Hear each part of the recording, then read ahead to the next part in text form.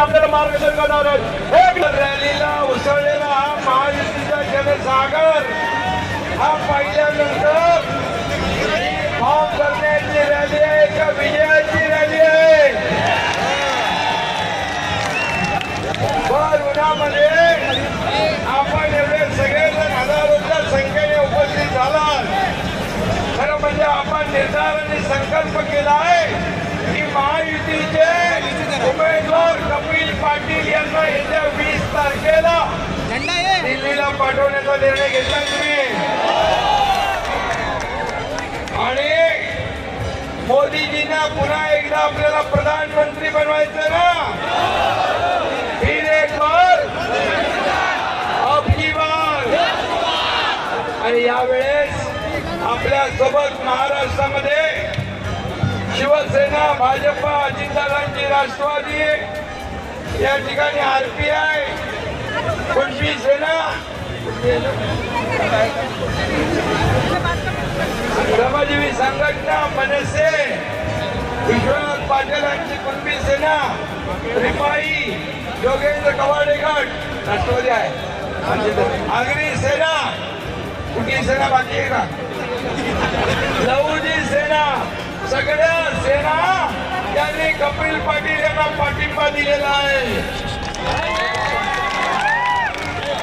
आणि म्हणून गेले 10 वर्ष मोदीजींनी देशात केलेलं काम जे काँग्रेसला 50-60 वर्षात जमलं नाही ते मोदीजींनी 10 वर्षात करून दाखवलेलं आहे।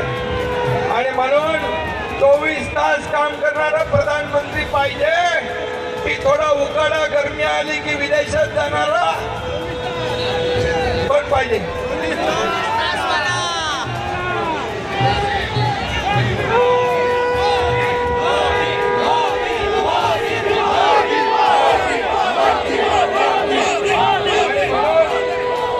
या ठिकाणी ज्यांच्याकडे नीती नाही, नियत नाही, निर्णय नाही, नेता नाही, आपल्याकडे नेता मजबूत आहे मोदीजींच्या रूपाने, आपल्याकडे निर्णय आहे, नियत आहे।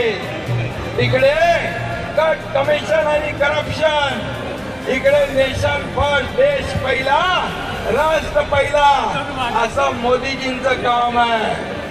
आणि म्हणून या निवडणुकीमध्ये पूर्णपणे देशाला आपलं जीवन समर्पित केलेला नेता, ज्याच्या अंगावर 10 वर्षात एकही भ्रष्टाचाराचा आरोप करण्याची हिंमत झाली नाही, अशा प्रकारचा बेदाग प्रधानमंत्री आपल्याला पाहिजे।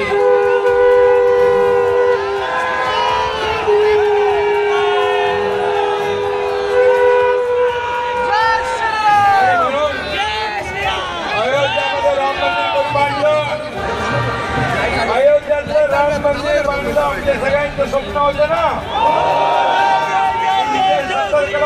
आपलं स्वप्न होतं ना, साहेबांचं पण ते स्वप्न होतं, मोदीजीने पूर्ण केलं। आणि म्हणून मोदीजींचे हात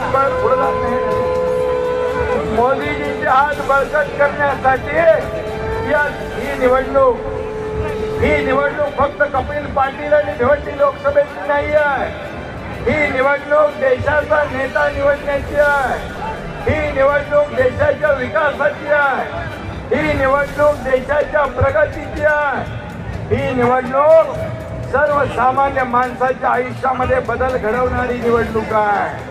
आणि म्हणून मोदीजींनी या देशातल्या 80 कोटी जनतेला रोटी कपडा मकान दिलाय, मग कोणाला मतदान करणार?